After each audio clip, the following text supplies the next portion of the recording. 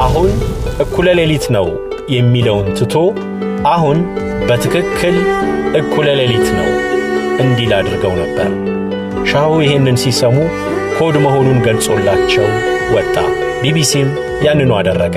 ሻህራዛ ያኔ ጥያቄው ከምዕራቡ እንደመጣ እርግጠኛ ሆኑ። ከዚያ በኋላ ሁለቱ ሰዎች መገናኘታቸውን ለቀናት ቀጠሉ። በመጨረሻም ሻህ በሐሳቡ ተስማሙ።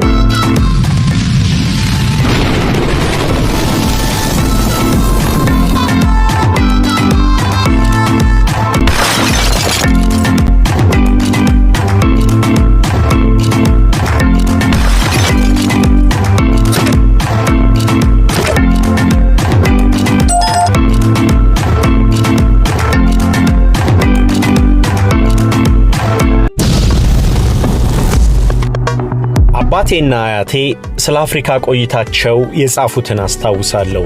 ከመላው ዓለም የመለየት ያህል ነበር። እኔም ያንን ስሜት ፈለግኩት። ሰውነቴን ነዘረኝ። ግን በዚህ መሃል አንድ በአግባቡ ፊደል ያልቆጠረ የኢሚግሬሽን መኮንን ገጠመኝ። ትንሽ ካጉላሉኝ በኋላ እንዳልፍ ፈቀደልኝ። ይህንን ታሪክ የጻፈው 26ኛው የአሜሪካ ፕሬዝዳንት የነበሩት የቴዎዶር ሩዝቬልት የልጅ ልጅ ኬርሚት ሩዝቬልት ጁኒየር ነው። ነዘረኝ፣ ነፍሴን ውርር አደረገኝ ያለላት አገር ደግሞ ኢራን ነበረች። ለዚያች አገር የተጠነሰሰላት ግን ከሱ ስሜት ይልቃል። 33ኛው የአሜሪካው ፕሬዝዳንት ሃሪ ትሩማን ሲአይኤ የተባለውን የስለላ ተቋም በ1947 ሲመሰርቱ ብሔራዊ ጥቅምን የሚነካ ጉዳዮችን በመሰለልና መረጃ በማሰባሰብ ላይ እንዲሰራ ነበር። ኬርሚት ከመጀመሪያዎቹ ተመልማዮች ውስጥ አንዱ ነበር። ወደ ኢራን ያቀናውም የሲአይኤ ሰላይ ሆኖ ነው። ትሩማን እንዳሉት የአሜሪካን ቀጥተኛ ጥቅም ለማስጠበቅ ይሁን አይሁን ግን ለይቶ መናገር ይከብዳል። ምክንያቱም በዚህ መሃል አንድ አገር ነበረች፣ ከኤምፓየርነት ወደ ሀገርነት እየተቀየረች የነበረችው ብሪታንያ። ከሁለተኛው የዓለም ጦርነት መልስ የነበራት ግዛቶቿም ሆኑ ተጽዕኗ ቀንሷል። ሀገራትን ለባለ ሀገሮቹ ብትመልስም የተወሰኑ ተቋማትን ለባለቤቶቹ ብታስረክብም በኢራን ያላትን ጥቅም ግን አሳልፋ መስጠትን አልፈለገችም። ዊሊያም ኮክስ ዳርሲ የተባለ የወርቅ አውጪ ትኩረቱን ወደ ነዳጅ አዙሮ በ1901 ነዳጅ የማውጣትን መብት ለ60 ዓመት ከኢራን መንግሥት ገዛ። ለዚያም ወደ 50,000 ፓውንድ አካባቢ ከፈለ። ከአጠቃላይ ዓመታዊ ገቢው ደግሞ 16 በመቶ የሚያህለውን ለመንግሥት ለመክፈል ተስማምቶ ነዳጅ ማውጣቱን ጀመረ። በባለቤትነቱ ግን ከ7 ዓመት በላይ መቆየት አልቻለም። ድርሻውን ለበርማ ኦይል ሸጠ። ጥቂት ቆይቶ ባለቤቱ አንግሎ ፐርሺያን ኦይል ካምፓኒ አፖክ እንደሆነ ተነገረ።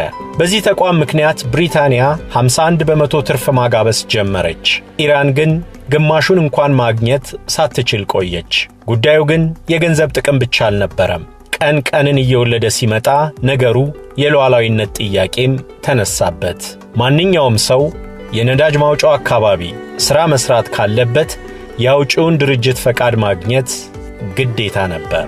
ይሄ ደንብ ለብዙዎች አልተዋጠላቸውም። ቁጭት እየፈጠረ መጣ።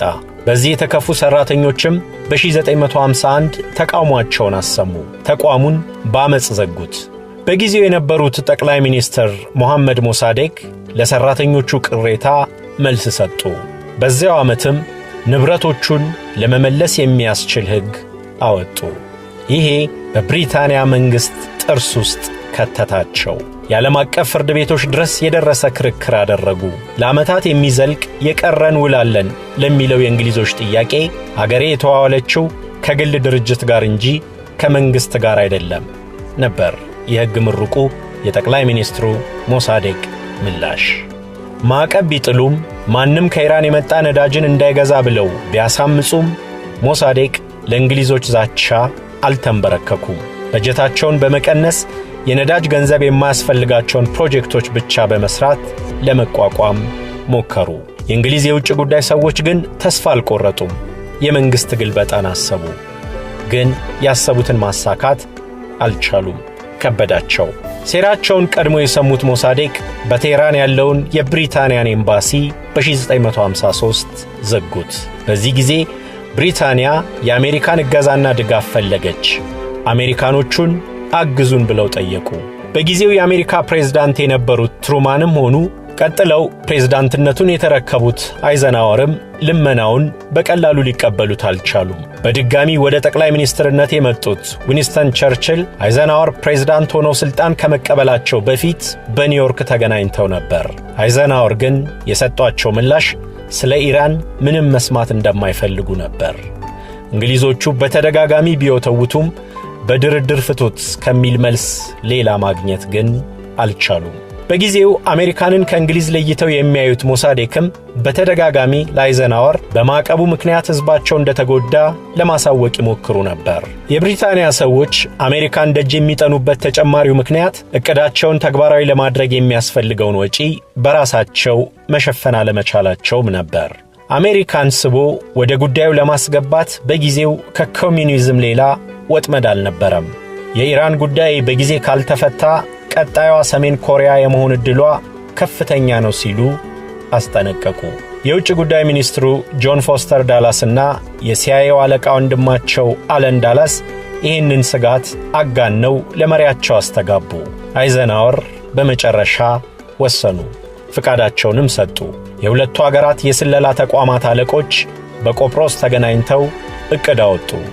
ስሙንም ኦፕሬሽን አያክስ ብለው ሰየሙት። ዕቅዱን ለማሳካት የሚያስፈልገውንም ገንዘብ መደቡ። ለዚህ ኦፕሬሽን ነው ኬርሚት የተመረጠው። የሃርቫርድ ምሩቁ ኬርሚት በሁለተኛው የዓለም ጦርነት ከሲአይኤ በፊት በነበረው ኦኤስኤስ ተቋም ውስጥም አገልግሏል። አያቱ የአሜሪካን ፕሬዝዳንት የነበሩ መሆናቸው በቀላሉ ከመሪዎች ጋር እንዲገናኝ ያግዘዋል። የሲአይኤ ሰዎች ከሱ ሌላ የተሻለ ሰው የለም ብለው ለተልእኮ መረጡትና $150,000 አስጨብጠው ወደ ኢራኗ መዲና ቴሄራን ሰደዱት። ኬርሚት ቴሄራን እንደገባ የሥራ አጋሩ ወደ ተከራየለት ቤት ዘለቀ። ስሙንም ከኬርሚት ወደ ጄምስ ሎክብሪጅ ቀየረ። ግን በቀላሉ ከስሙ ጋር መላመድ አልቻለም ነበር። በፈረንሳይ የበዓል ማዕከል ከቱርክ ዲፕሎማቶች ጋር የሜዳ ቴኒስ ሲጫወትና ኳሷ ስታመልጠው ኦ ሩዝቬልት ይል ነበር። ቀጣይ ተግባሩ ለመፈንቅለ መንግስቱ ጀነራል ፋዞላ ዛሄዲን ማዘጋጀት ነበር። ጀነራሉ ስልጣኑን ከሞሳዴክ እንዲረከቡ በአሜሪካና ብሪታንያ የስለላ ድርጅቶች ሲአይኤ እና MI6 ተመርጠዋል። ለዚህም በቅድሚያ $100,000 እንደሚከፈላቸው ተነግሯቸዋል። ዕቅዱ እንዲሳካ ግን የሀገሪቱ ንጉሥ ሙሉ ፈቃድ ያስፈልግ ነበር። የ30 ዓመቱ ሻህ መሐመድ ሬዛ ቶሎ የሚወስኑ ሰው አልነበሩም። ማመንታት ዋና መገለጫቸው ነበር። በዚያ ላይ የሞሳዴክ በሕዝቡ ዘንድ ተወዳጅ መሆን በቀላሉ እሺ ብለው እንዳይወስኑ አድርጓቸዋል። ኬርሚት ግን ሞሳዴቅን ሽረው ጀነራል ዛሄዲን እንዲሾሙ ይፈልግ ነበርና ለአማላጅነት እህታቸውን ላከ። ሊስማሙ ግን አልቻሉም። ቀጥሎም ጥሩ ወዳጃቸው ጀነራል ኖርማንን እንዲያማልዱት ጠየቀ። ጀነራሉ የጠየቃቸውን ቢፈጽሙም ሻህ ግን ሊቀበሉት አልፈቀዱም። ያኔ ራሱ መሄድ እንዳለበት ወሰነ። ራሱን እንዳይታይ ሸፋፍኖ በመኪና ወደ መኖሪያቸው ድረስ ዘለቀ። ተቀበሉት። የአሜሪካና የብሪታንያ መንግስታት የሞሳዴቅን መወገድ እንደሚፈልጉ ነገራቸው። ይህን ለማረጋገጥም ቢቢሲን እንዲሰሙ ነገራቸው። የእንግሊዙ ጠቅላይ ሚኒስትር ዊንስተን ቸርችል የሀገራቸውን ሬዲዮ ጣቢያ ቢቢሲን ለወትሮ እኩለ ሌሊት ላይ አሁን እኩለ ሌሊት ነው የሚለውን ትቶ አሁን በትክክል እኩለ ሌሊት ነው እንዲል አድርገው ነበር። ሻሁ ይህንን ሲሰሙ ኮድ መሆኑን ገልጾላቸው ወጣ። ቢቢሲም ያንኑ አደረገ።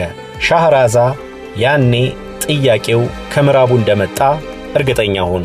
ከዚያ በኋላ ሁለቱ ሰዎች መገናኘታቸውን ለቀናት ቀጠሉ። በመጨረሻም ሻህ በሐሳቡ ተስማሙ። መፈንቅለ መንግስቱ በሚደረግበት ቀን ግን ከከተማ እንደሚወጡ ተናገሩ። ነገሮች ባልተጠበቀ ሁኔታ ከሄዱ ደግሞ ወደ ኢራቅ ባግዳድ ለመሄድ የሚያስችላቸውን አውሮፕላን ጠየቁ። ኬርሚት በጥያቄያቸው ተስማማ። መፈንቅለ መንግስቱ እንዲሳካ 4 አበይት ጉዳዮች መፈጸም ነበረባቸው። መጀመሪያ በመገናኛ ብዙሃንና በእምነት ተቋማት አማካይነት ሞሳዴክ ላይ የስም ማጥፋት ዘመቻ ማካሄድ። ቀጥሎ ለዙፋኑ ታማኝ የሆኑ ወታደራዊ አመራሮችን መፈለግ። በሦስተኛ ደረጃ ከተማውን የሚበጠብጡ መንጋዎችን ማደራጀት። በመጨረሻም ጄኔራል ዛሄዲ የተሰጠውን ሥልጣን እንዲቀበል ማድረግ የሚሉ ናቸው። በሀገሪቱ ሕገ መንግሥት መሠረት ጠቅላይ ሚኒስትሩን ማስወገድ የሚችለው ፓርላማው ቢሆንም ኬርሚት ንጉሡ ሞሳዴቅን እንዳወረዱ የሚገልጽ ደብዳቤ አዘጋጅቶ አስፈረማቸው። በገንዘብ በገዛቸው ወታደራዊ ሹሞችና የመንጋ መሪዎች እርግጠኛ ነበር። ከጓደኞቹ ጋር መለኪያ ጨብጦ ጂን በሎሚ እየተጎነጨ በፍራንክ ሲናትራ ላክ ቢ ኤ ሌዲ ሙዚቃ እየተወረገረገ አርብ ምሽትን አነጋ። Luck be a lady tonight. በማግስቱ ጠዋት ስካሩ ሙሉ ለሙሉ ሳይለቀው እቅዱ እንደሰመረ ለማወቅ የቴሄራን ሬዲዮን ከፈተ። የቅዳሜ ማለዳ 12 ሰዓት ዜና ሳይሰማ ደቂቃዎች አለፉ። ቀጥሎ የወታደራዊ ማርሽ ሙዚቃ ተሰማ። ኬርሚት የፐርሺያ ቋንቋን መናገር አይችልም። ስለምን እንደሚያወሩ ግን መገመት አልከበደው። ሞሳዴቅ የሚለውን ስም ሰማ። ቀጥለው ጠቅላይ ሚኒስትሩ የተቃጣባቸውን መፈንቅለ መንግሥት እንደቀለበሱት ተናገሩ። የፈራው ደረሰ። መረጃው አፈትልኮ ወጥቶ ነበር። ያኔ ስካሩ ለቀቀው። ለጠቅላይ ሚኒስትሩ ደብዳቤ ይዞ የሄደው ኮሎኔል ናስሪ ታንክ የታጠቁ ወታደሮች ጠበቁት። ለሞሳዴቅ ታማኝ የነበሩት ኤታማዦር ሹሙ ያስከተላቸውን ወታደሮች ማርከው ባዶውን ሰደዱት። ሞሳዴቅም ሻህራዛ እኔን የማውረድ ምንም አይነት ሥልጣን የለውም ሲሉ ተናገሩ። በዚህ መፈንቅለ መንግሥት የተሳተፉትንም ለቃቀሙ። ይህንን የሰሙት ሻህ ቀድሞውን ማብረር ይችሉ ነበርና አውሮፕላናቸውን ይዘው ወደ ባግዳድ ቀጥሎም ወደ ጣሊያን ሮም ሸሹ። ሥልጣኑን እንደሚረከቡ የተነገራቸው ጄኔራል ዛሄዲም ተደበቁ። የሲአይኤ ሰዎች የዕቅዱን መክሸፍ ተከትሎ ኬርሚት ወደ ሀገሩ እንዲመለስ ነገሩት። ሽንፈቱን በቀላሉ መቀበል ያልፈለገው ኬርሚት ግን ሌላ ሴራ መጠንሰስ ጀመረ። ላለቆቹም እነሱ እንዳሉት ሳይሆን ዕድል እንዳለው ነገራቸው። ምንም ድጋፍ እንደማያደርጉለት ቢነግሩትም በሴራው ገፋበት።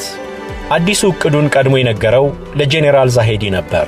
ጄኔራሉ በሁለተኛው ሐሳቡም ተደሰቱ። ሕዝቡ ለንጉሣዊ ቤተሰቡ ፍቅር እንዳለው ያምን ነበርና ሻህ ሞሳዴቅን ሽረው ዛሄዲን እንደሾሙ የሚገልጸውን ደብዳቤ አባስቶ አሰራጨ። ሞሳዴቅ ደግሞ የንጉሡን ሥልጣን ለመገደብ ሕዝበ ውሳኔ እንደሚጠሩ በይፋ ተናገሩ። ኬርሚት በዕለተ እሁድ ለ3 ቀናት የሚዘልቀውን ዕቅዱን ለሥራ አጋሮቹ ይፋ አደረገ። ሰኞና ማክሰኞ ሰላማዊ ሰልፍ እንዲኖር አዘዘ። የተገዙት የመንጋ መሪዎችም ጎዳና የሚወጡ ሰልፈኞችን እንዲያዘጋጁ ጠየቀ። የሞሳዴቅ ደጋፊዎች መስለው መታየት እንዳለባቸውም ተናገረ። እነዚህ አመፀኞች ተቃውሟቸውን መስጊዶችና ተቋማት ላይ ድንጋይ በመወርወር እንዲያሳዩ ፈለገ። እነሱን የሚቃወሙ ሌሎች ሰልፈኞች ደግሞ ወደ ጎዳና እንዲወጡ። ታዲያ ታማኝ ወታደራዊ ሹሞች በተጠንቀቅ እንዲቆሙ እያንዳንዱን ዝርዝር አስረዳ። ይህንን ሁሉ ሲያዝ የመንግሥት ሹመኛ ሆኖ በሕዝብ ተመርጦ አሊያም በጦር ሜዳ በፈጸመው ጀብድ አክብሮትን በማግኘቱ አይደለም፣ በሚከሰክሰው ገንዘቡ እንጂ። የእያንዳንዱን የአመፃ አውራ ተሳታፊ ታማኝነት በአሜሪካ ዶላር በመግዛት ትልቅ የጎዳና ላይ አመፅን አቀጣጠለ።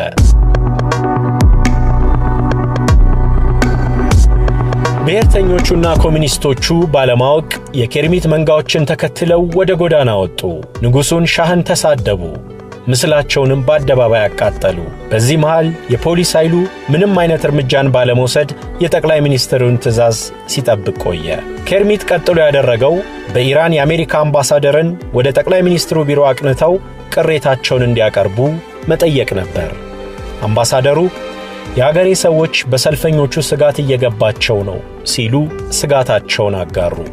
ሞሳዴቅም ሰልፈኞቹን እንዲያስቆሙ ጄኔራል ዳፋሪን በመጠየቅ የመጀመሪያ ስህተት ሰሩ። ጄኔራሉ ቀድሞውን በሲአይኤ የተገዙ ወኪል ነበሩ። ሞሳዴቅ ቀጥለው ደጋፊዎቻቸውን ወደ ቤታቸው እንዲመለሱ በመጠየቅ ሌላ ስህተት ደገሙ። ጎዳና ላይ ያለ ደጋፊ ቀሩ። ኬርሚት ቀድሞ ያጣውን የጸጥታ ተቋማት በጄኔራል ዳፋሪ አማካይነት ተቆጣጠረ። ወዲያው ወሳኝ የሚባሉ ተቋማትን በቁጥጥር ውስጥ አስገቡ። ቀጥለው ወደ ሞሳዴቅ መኖሪያ ሄዱ። ያልጠበቁት የገጠማቸው ሞሳዴቅ በሌሊት ልብስ ሆነው ወታደሮችን ተቀበሉ። ጠባቂዎቻቸው ግን አሳልፈው ሊሰጧቸው አልፈለጉ። ተኩስ ከፈቱ። ከመጣው ኃይል ጋር ግን የሚወዳደር አልነበረምና ብዙ ሊቋቋሙት አልቻሉ። ሞሳዴቅ አመለጡ። ወታደሮቻቸው እጅ ሰጡ፣ ትጥቅ ፈቱ። በዚህ ሁሉ መሃል ጄኔራል ዛሄዲ ኬርሚት ባስቀመጣቸው ቤት ውስጥ ተሸሽገው የሚሆነውን ይጠብቁ ነበር። እቅዱ መሳካቱ ሲነገራቸው በደስታ ፈነጠዙ። ወዲያው የደንብ ልብሳቸውን ለብሰው ወደ ቴህራን ሬዲዮ አቀኑ። ሕጋዊው ጠቅላይ ሚኒስትር በሻህ መሐመድ ዛራ አማካይነት ተሹሟል ሲሉ ተደመጡ። አዲሱ በሳቸው የሚመራው መንግሥትም መንገድ እንደሚሠራ፣ ነፃ ሕክምናን እንደሚያቀርብ፣ ደሞዝ እንደሚጨምር ቃል ገቡ። ነዳጅን በተመለከተ ግን አንዳችም ነገር አልተነፈሱም። በዴሞክራሲያዊ መንገድ ተመርጦ ስልጣን ላይ የነበረው የሞሳዴቅ መንግስትን CIA እና MI6 በዋናው ፊት አውራሪ ኬርሚት ሩዝቬልት አማካይነት ፈንግለው ጣሉት። የነሱን ጥቅም ለማስከበር እሺ ያለውና በጥቅም የተገዛው ጄኔራል ዛሄዲ ስልጣኑን ተቆናጠጠ። የዛሄዲ ስልጣን ማማ ላይ መቀመጥን ተከትሎም ብሪቲሽ ፔትሮሊየም BP የ40 በመቶ ድርሻውን አገኘ። የሻህ መንግስትም በወታደራዊ ድጋፍ መልክ ረብጣ ዶላር ወደ ካዝናው ገባለት። CIAም ለተገዛው ጄኔራል ዛሄዲ $1 ሚሊዮን ከፈለ። ኬርሚት ሩዝቬልት የኢራን ቆይታውን አጠናቆ ሊሄድ ሲል ከኢራኑ መሪ ጥሪ ቀረበለት። ወደ ኢራን ሲገባ በኢሚግሬሽን ሹም ተጉላልቶ የነበረው ኬርሚት የሀገሪቱ ንጉሥ ጋር ተቀምጦ ቮድካ ሲቀዳለት አልደነቀውም። በፍራቻ ጣሊያን የከረሙት ንጉሥ ለዙፋኔ በመጀመሪያ ለፈጣሪ፣ ቀጥሎ ለሕዝቤ፣ በመጨረሻም ላንተ ምስጋና ይግባህ ብለው ብርጭቋቸውን አንስተው ሸኙት። ሞሳዴቅም ካመለጡበት ተይዘው በቁም እስር እንዲያሳልፉ ተገደዱ። CIA በ2013 እዚህ መፈንቅለ መንግሥት ላይ ተሳታፊ እንደነበር አምኗል።